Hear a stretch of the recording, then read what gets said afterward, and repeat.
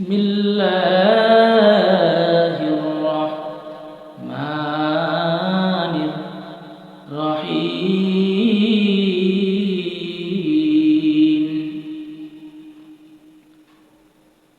আল কারিআতু মাল কারিআ ওয়া মা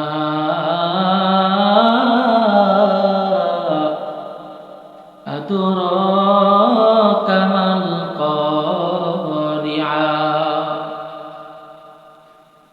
আল্লাহ পাক কুরআনুল কারীমের মধ্যে বলেন, আল কারিআতু মাল কারিআ ওয়া মা আদরাকা মাল কারিআ। আল্লাহ পাক বলেন, আল কারিআতু মাল কারিআ, আল কারিআ সব ধ্বংস হয়ে যাবে, মাল কারিআ ফানা ফানা হয়ে যাবে, ওয়া মা আদরাকা মাল কারিআ মহাপ্লাবন শুরু হয়ে যাবে। আল্লাহ তাআলা কুরআনুল কারীমের মধ্যে বলেন, আল কারিআ ধ্বংস হয়ে যাবে, মাল কারিআ ফানা ফানা হয়ে যাবে, ওয়া মা আদরাকা মাল কারিআ মহাপ্লাবন শুরু হবে। আল্লাহ তাআলা বলেন, আল্লাহ তাআলা কুরআনুল কারীমের মধ্যে এত সুন্দর করে আয়াত নাজিল করে, বান্দাদের জন্য মহব্বত করে এত সুন্দর করে বানাইলেন। আল্লাহ তাআলা বলেন, আল কারিআতু মাল কারিআ ওয়া মা আদরাকা মাল কারিআ।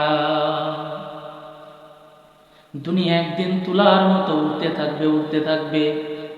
পয়গম্বর আরবি রাসূল আকরাম সাল্লাল্লাহু আলাইহি ওয়াসাল্লাম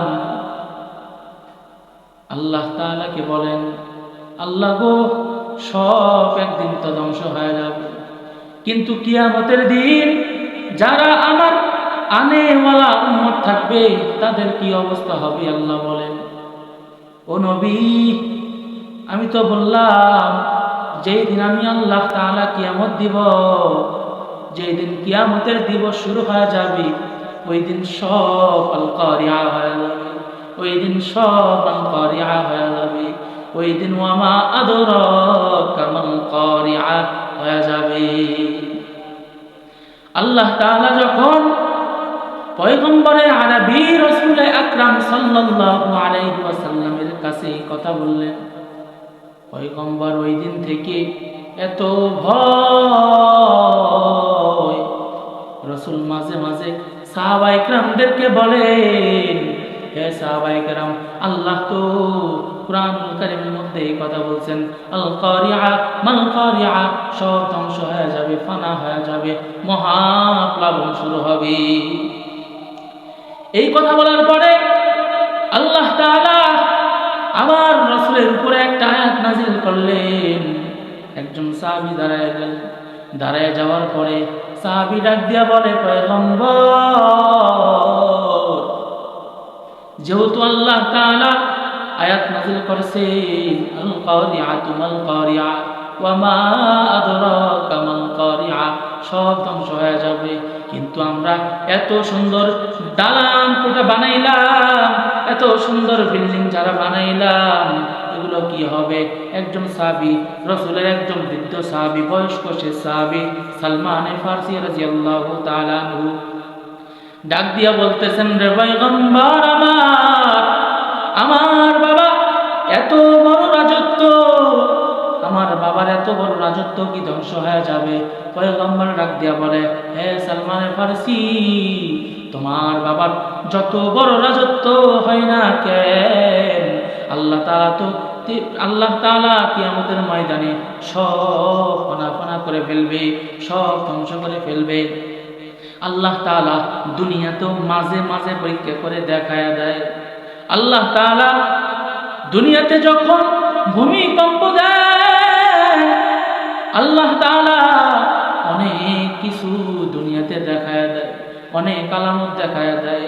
ও বান্দা, দুনিয়াতে কিয়ামত এসে যাবে, আল্লাহ তাআলা এর নমুনা আমাদের দেখায়া দেয়। অনেক ভিডিও ফুটেজের মধ্যে দেখলাম মার্কেটের মধ্যে সন্তান নিচে বসে খাবার খায়, বাবা দোকানের মধ্যে বসে আছে। এমতো সময় ভূমিকম্প হয়ে গেল, সন্তান খানা খাইতেছে, টেরও পায় না। আর দেখো বাবা দোকান থেকে উঠে দৌড় দিয়া বাইরে যায়। সন্তানকে এই অবস্থায় দুনিয়াতে রেখে বাবা তার জীবনকে বাঁচায়, কিন্তু ওই দিন মহাপ্লাবন যেদিন হবে, ওয়ামা আদরাকা মাল কারিয়া, সব ধ্বংস হয়ে যাবে।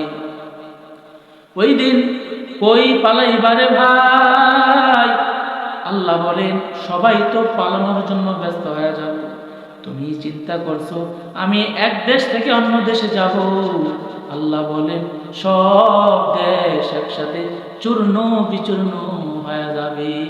আল্লাহ তাআলা বলেন তোমাদের জন্য আদর করে দুনিয়া আমি আল্লাহ তাআলা বান্দাদের জন্য বানাইলাম। দুনিয়াতে আসমান জমিন সব বান্দাদের জন্য বানাইলাম। সব কিছু আমি আমার বান্দার খেদমতের জন্য বানাইছি, কিন্তু তাকাইয়া দেখো বান্দা আমার কোনো কাজে আসে না, বান্দা আমার কোনো কথা শুনে না।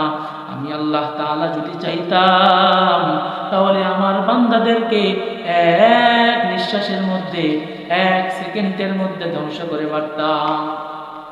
কিন্তু রাহমাতুল লিল আলামিন, সাইয়্যিদুল মুরসালিন, খাতামুন নবিয়্যিন ওয়াস সিদ্দিকিন ওয়াস শুহাদা ওয়াস সালিহিন রাহমাতুল আলাম নবী আল্লাহ তাআলার কাছে বলছেন, আল্লাহ হাশরের ময়দানে মৃত্যুর দিনে আমি রাসূলকে যত কষ্ট দেন আমার এতিম উম্মতদেরকে কষ্ট দিবেন না। আল্লাহ তাআলা ওই দিন ওয়াদাবদ্ধ হয়ে গেছে, ও রাসূল আমি আপনার কোনো বান্দাদেরকে কষ্ট দিব না, কিন্তু রাসূল একটা শর্ত, যার যারা আমল নিয়ে সে কবরে যাবে, আমি রাসূল বলে গেলাম হে উম্মত দুনিয়াতে আমি রাসূলের সুন্নাহ আল্লাহ তাআলার হুকুম মানবা, আমি রাসূল তোমাদেরকে হাত ধইরা ধইরা জান্নাতের মধ্যে ঢুকাই দেব। সুবহানাল্লাহ। রাহমাতুল লিল আলামিন বলেন, ও আল্লাহ হাশরের ময়দানে আপনি কিভাবে বিচার করবেন? আল্লাহ তাআলা বলেন সব নবীদের উম্মতদেরকে, হযরত আদম আলাইহিস সালাতু ওয়াস সালামের সন্তানদেরকে এক প্ল্যাটফর্মে দাঁড় করাবো, একটা স্থানের মধ্যে দাঁড় করাবো। আল্লাহর নবী বলেন তারপরে আল্লাহ তাআলা আপনি কিভাবে বিচার করবেন? আল্লাহ বলেন আমি আমার হাশরের ময়দানে লিমানিল মুলকুল ইয়াউম লিল্লাহিল ওয়াহিদিল কাহ্হার, আমি রাগান্বিত আওয়াজ দিয়া আমার সেই চাদরটারে ঝাঁকি মারবো। যারা গুনাহগার তারা বেঈমানরা একদিকে যাবে, আর যারা ঈমানদার আমলওয়ালা আমি আল্লাহ তাআলা তাদেরকে এক সাইডে দাঁড় করায় দিব। আল্লাহর নবী বলেন যদি ঈমানওয়ালারা ওই চাদরের ঝাঁকিতে বেঈমানদের কাতারের মধ্যে পড়ে যায়, আল্লাহর নবীকে আল্লাহ তাআলা বলেন যারা পাঁচ বেলার ওযু বানাইয়া নামাজ আদায় করবে আপনি তাদেরকে বাসিয়া বাসিয়া জান্নাতে ঢুকায় দিবেন। আল্লাহ তাআলা কোরআনুল কারীমের মধ্যে বলেন ফালিয়াযহাকু কালিলাও ওয়ালিয়াবকু কাসীরা, দুনিয়াতে হাসবা কম আর আল্লাহ তাআলার ভয়ে কান্না করবা বেশি। আমাদের কান্না দুনিয়া থেকে উঠায়া গেল।